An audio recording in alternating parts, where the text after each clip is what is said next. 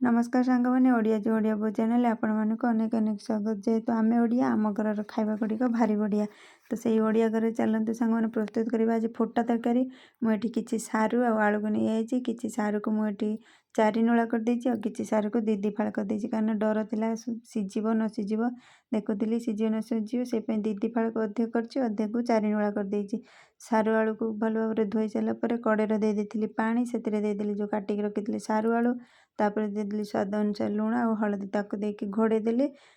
यही फुटा तरकारी यदि आम गाँव में प्रस्तुत करते ना ताले केते स्वाद था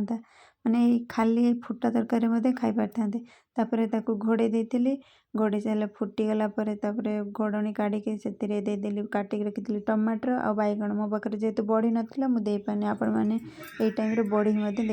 दे सारापर घोड़े देती सबू परिया फुटी सारापर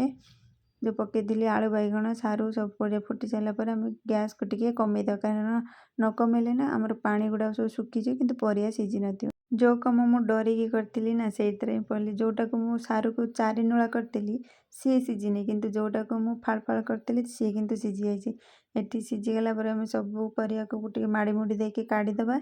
काढ़ी देकी कड़े टे धोई देकी से देदेबा तेल मुझे लंका और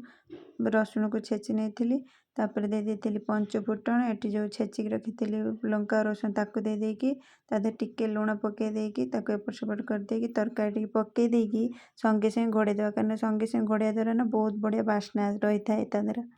जेहेतु गरम गरम तरकारी थिला ना सब पकई पारे अल्प टे पकई दे घोड़े देती किसी सेकेंड